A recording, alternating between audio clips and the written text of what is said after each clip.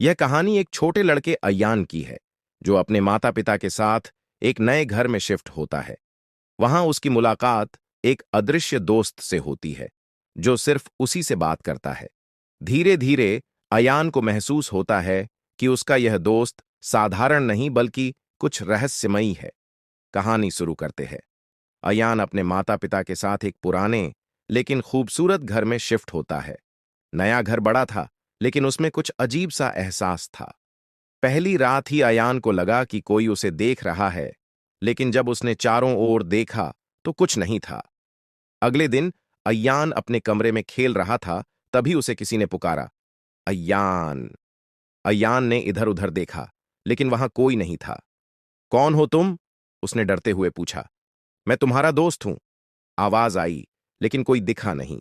धीरे धीरे अयान और उस अदृश्य दोस्त की दोस्ती गहरी होती गई। वे बातें करते, खेलते और साथ में खूब हंसते।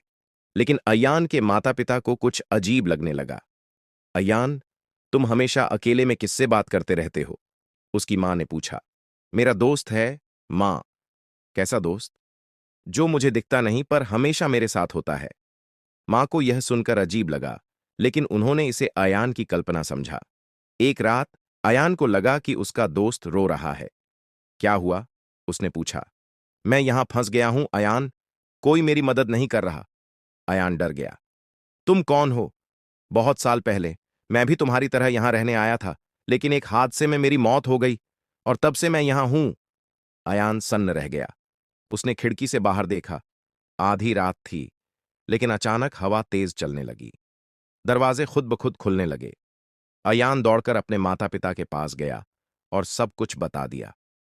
पहले तो वे यकीन नहीं कर पाए, लेकिन जब उन्होंने खुद अजीब घटनाएं देखीं, तो एक पुजारी को बुलाया।